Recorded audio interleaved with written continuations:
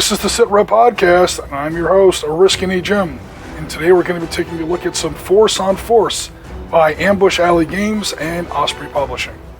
Now, as some of you may know from some of our previous content, Force on Force is probably one of my favorite games when it comes to modern infantry skirmish level combat.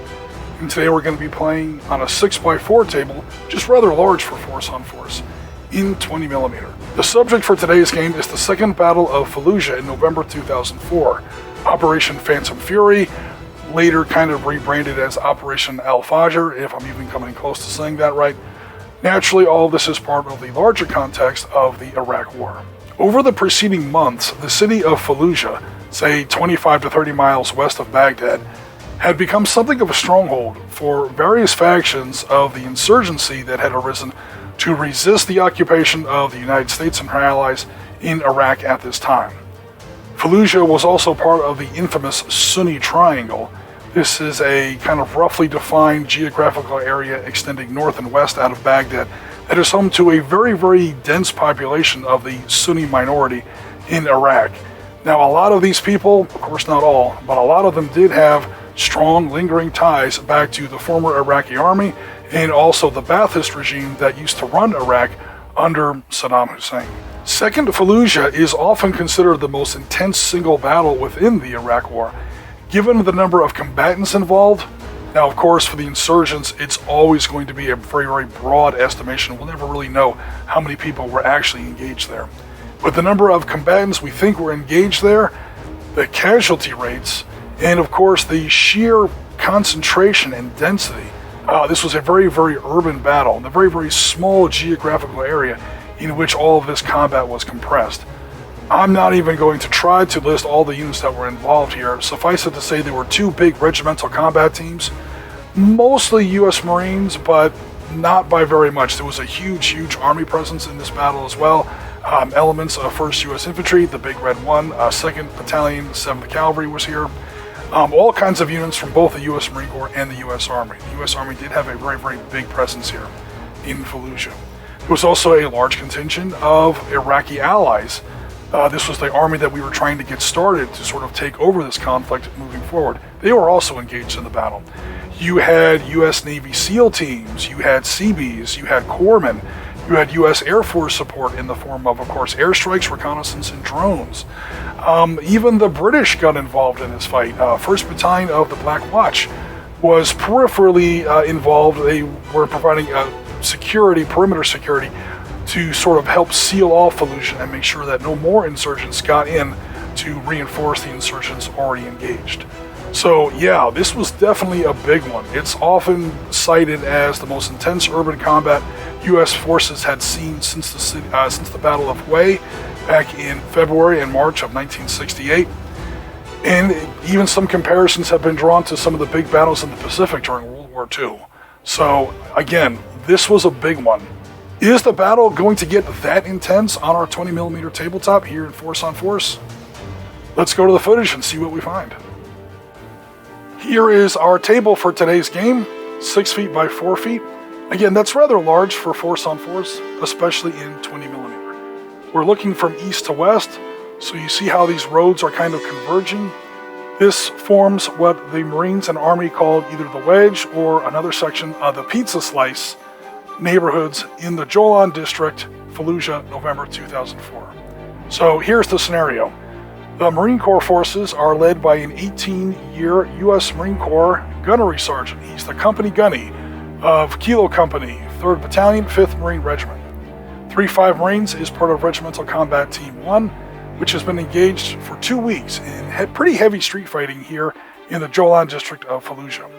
Today, Gunny happens to be with Kilo Company's 2nd Platoon when the city is rocked by a particularly massive explosion that echoes far, far too close. The radios erupt in crackled panic. It turns out that an M1A1 Abrams, main battle tank of Charlie Company, 2nd Marine Tank Battalion, has been disabled by an IED blast 200 meters east of Gunny's position, a little bit deeper in the, again, so-called pizza slice. The crew has survived, but 2 of them are badly wounded. They also report that the blast has attracted the attention of Mahdi jihadists, and insurgents are now closing rapidly. Kilo Company's commanding officer detaches Gunny with elements of 2nd Platoon, including a full Marine rifle squad and attached Navy corpsmen, 2 M1114 Humvees with orders to get to that tank. Gunny's mission is to secure that tank crew for immediate dust-off and also frag the tank before insurgents can loot the electronics or use the ammunition to create more IEDs. On the enemy side, the insurgents are led by a former Iraqi Army NCO and Ba'athist Party member that somehow survived the 2003 invasion. He's now sworn for vengeance against the imperialist invader, and he's serving with the 1920 Revolution Brigade of the Mahdi jihadists, the closest thing to a, quote, army that Iraq still has against the infidel. For years, this guy has fought from strongholds in the Sunni Triangle like El Habanaya and Ramadi. Today, of course, he's now fighting in Fallujah, where fighting has been getting intense since April. But today is definitely going to be special. That Hughes explosion goes off, the Nokia phone goes off at his belt. One of the 10-year-old kids that he uses as a spotter is yelling that one of the Yankees' heaviest tanks has just set off an IED and lies crippled in the crater. The crew is badly wounded and calling for help. If the insurgents can get there fast enough, they can capture the infidels, a huge store of explosives, and maybe some of those electronics they can sell for additional funding. The only question, can they get there fast enough? U.S. Marine Corps forces in this game will be played by Ron and Steve, and the insurgents will be played by Mark and Tom. So one of the first things that happens is Steve brings in this Humvee. It is crewed by the company gunnery sergeant and his lance corporal driver. And they're cruising down the road and they see these insurgents. They're going to fire the .50 caliber at the insurgents. The problem is who shoots first, and that is going to come in the form of what Force on Force calls a reaction test. So both sides roll what's called a troop quality check.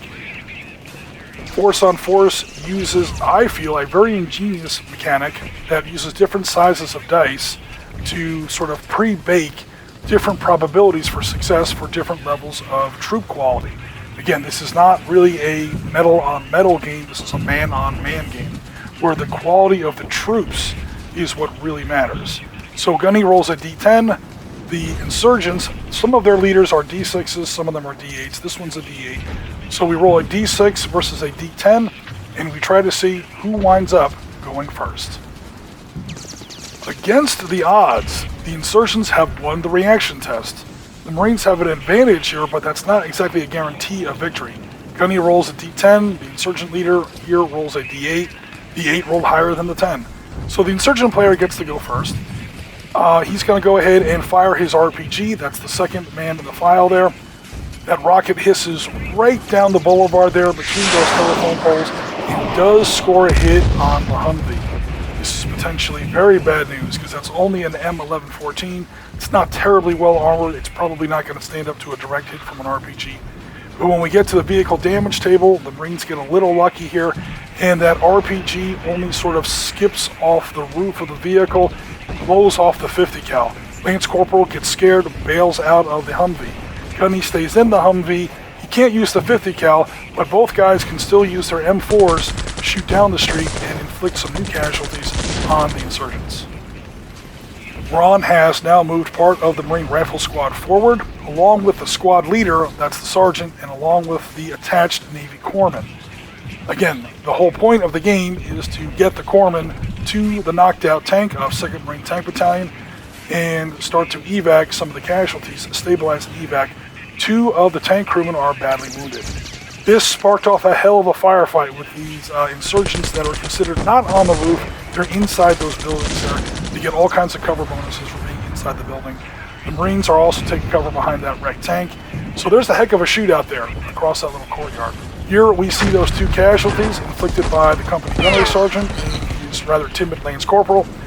Nevertheless, their Humvee is not completely wrecked, the gun is wrecked, and there's a bit of a gun battle going on there. Here's the Iraqi technical. I'm just waiting to see what the insurgents do with that.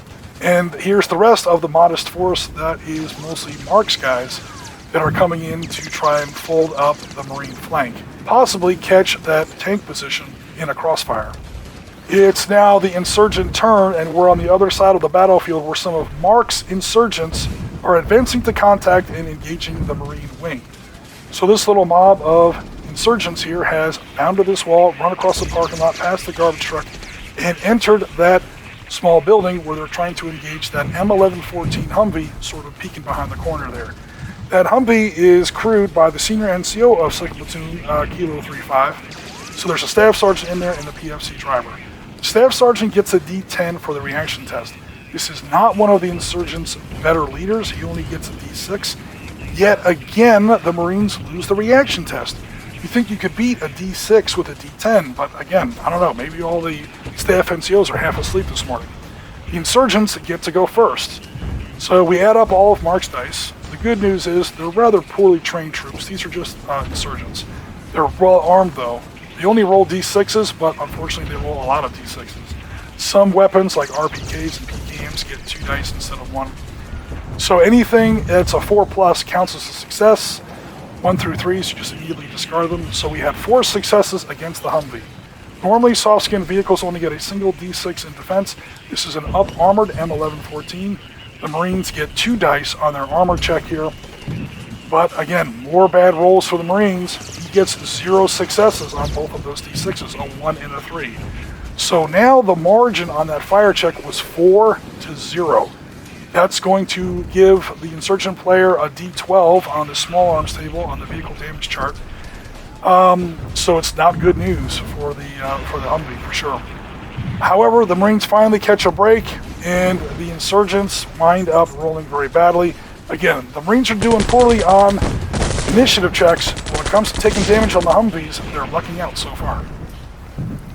The insurgent turn continues, and we are back on the south side of the battlefield where another group of insurgents has moved forward to engage that Marine fire team there on the roof. So the Marines are going to try to react and shoot first. That's a corporal in there. He gets a D10. I gave all the Marine NCOs D10s in this particular scenario. So Ron's going to roll a D10 as best he can. He has to beat. Ooh, he's not beating much with a 1. Again, what is up with the Marines and their crap rolls when it comes to reaction checks? They're doing well on everything else, just not on reaction checks. I don't know what's going on here. So those Marines will still get to shoot, but the insurgents will get to shoot first. Now, there is another Marine unit that has, we'll put the reaction check there to make sure we keep track of that. There is another Marine unit that is in line of sight to that new group of insurgents. That is the Humvee with the company gunnery sergeant and his Lance Corporal driver is still sort of pinned down there in the middle of that street. So he's going to also make another reaction check as soon as we get done knocking down my terrain. And we're going to go ahead and try to make a reaction check again. There he is. Gunny is still in the Humvee. The 50 cal no longer works, but he's still in the Humvee, shooting out the window with his M4 carbine. The Lance Corporal has previously bailed out, and he is now taking cover behind the Humvee. He's going to try and shoot back at those insurgents. The problem is it's going to be another bad roll for the American yet again. Another terrible roll. I think this one was a 3 for Marine NCO reactions. Again, usually Marine NCOs are better than this because we give them bigger dice. But yeah. So again, both of those Marine units will still get to shoot, but the insurgents will shoot first. That's not good news for the Marines, because what we're looking at here, there is an RPG in that new insurgent group, and he says, you know what, I'm going to try and finish off that Humvee, maybe even kill the gunny that's still inside. So the Marines get 0 dice on, or 0 successes on their armor check. Again, the up-armored M1114s do get 2 dice. The insurgents got 3, all 3 successes with the 3 dice on their RPG, so it's 3-0. That's going to give them, again, a D12. The difference is, this time they're on the RPG column and not on the small arms column. So you can see here the results are very different. The RPG can give you some very, very bad results for the Marine player. So it's going to be a D12 because you start off on a D10, and for every extra margin by which you beat the armor check, you get to add 1 up. It winds up with gun knocked out. The gun's already knocked out. Again, the Marines are getting terrible reaction rolls, but these Humvees are like protected by Romulan cloaking shields or something. Whenever it comes to actually do damage on the Humvees, after the insurgents have successfully hit, the insurgents can't get a very good roll.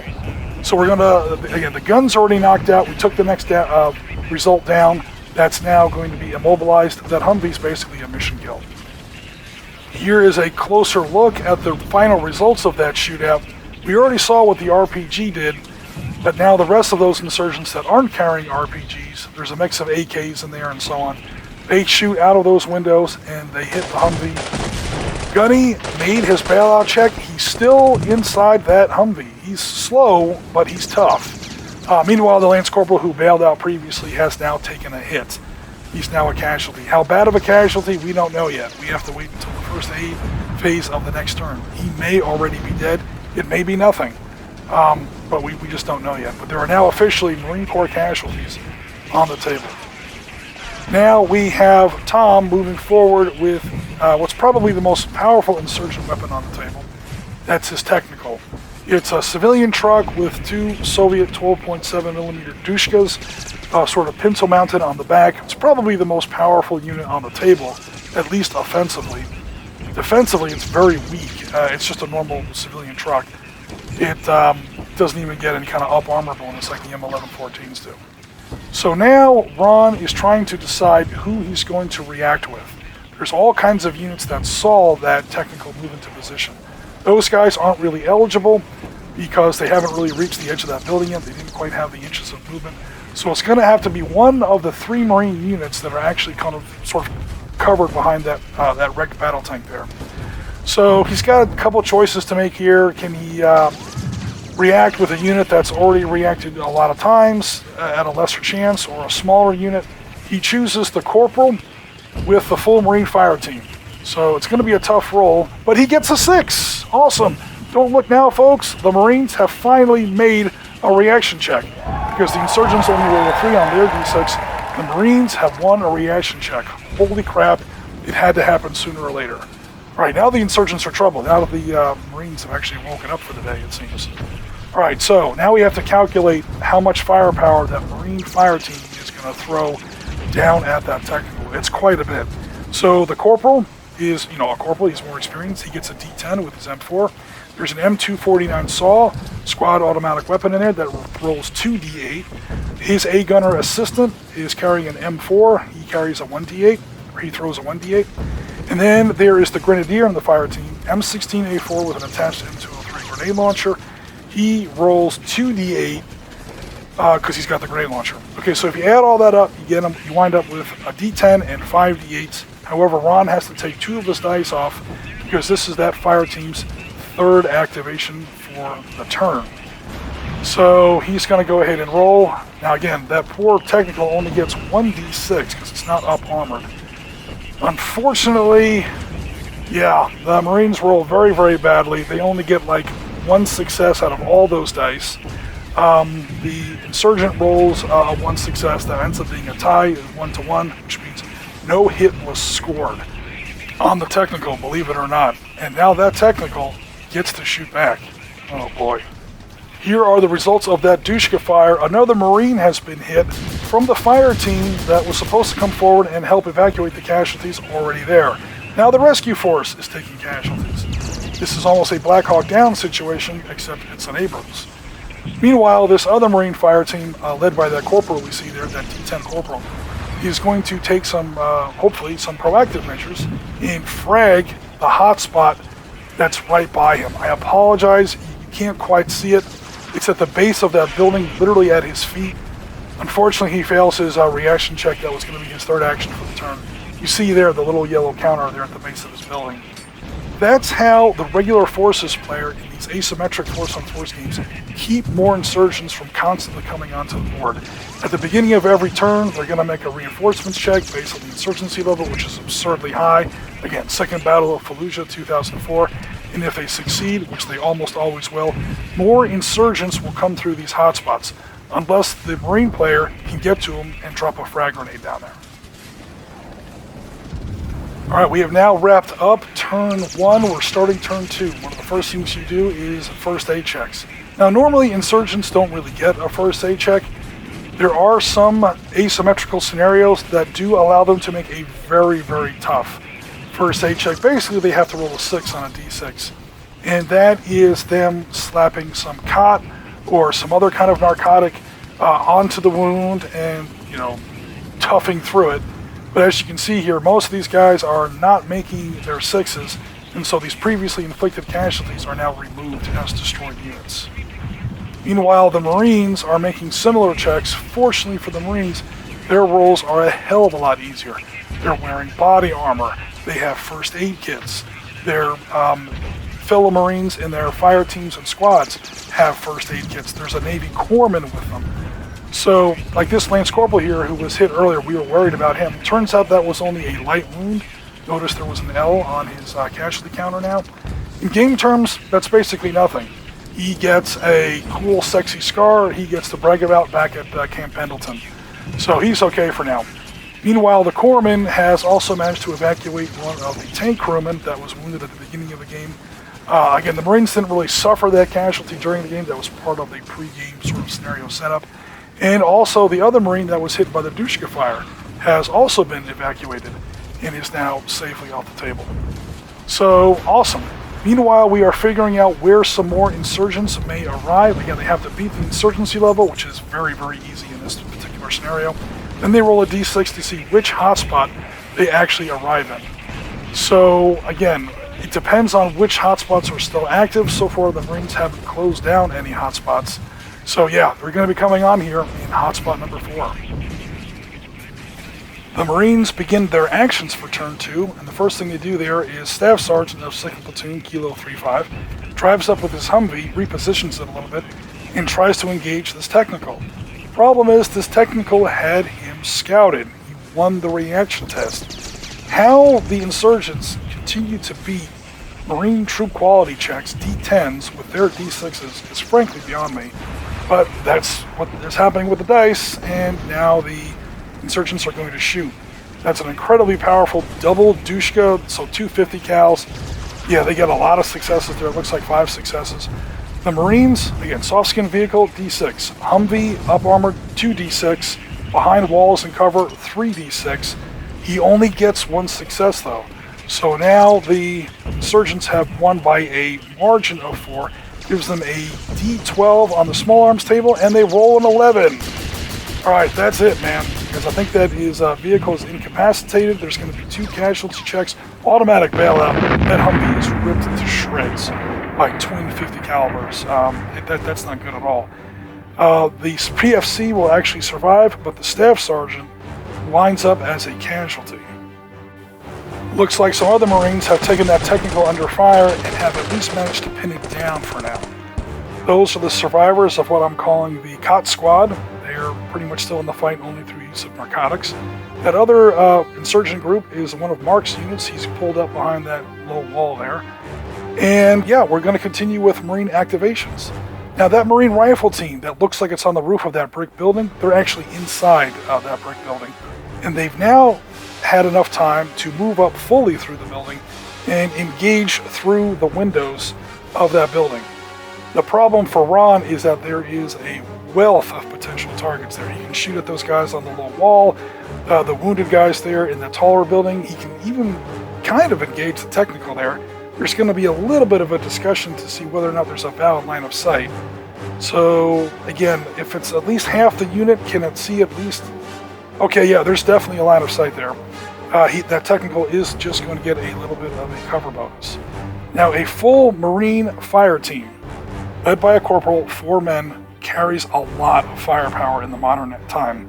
So we've got the corporal with a D10, 2d8 for the squad automatic weapon, 1d8 for his automatic gunner assistant, basically the rifle point man, and then 2d8 for the M203 grenade launcher.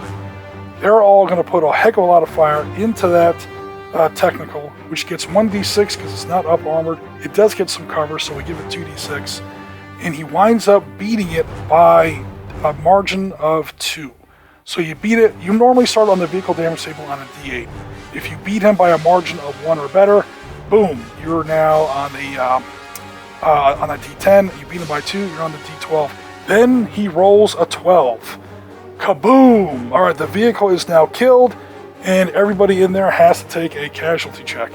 Apparently, that M203 grenade launcher dropped an HE frag right into the bed of that truck there. And yeah, that's the end of the technical for sure.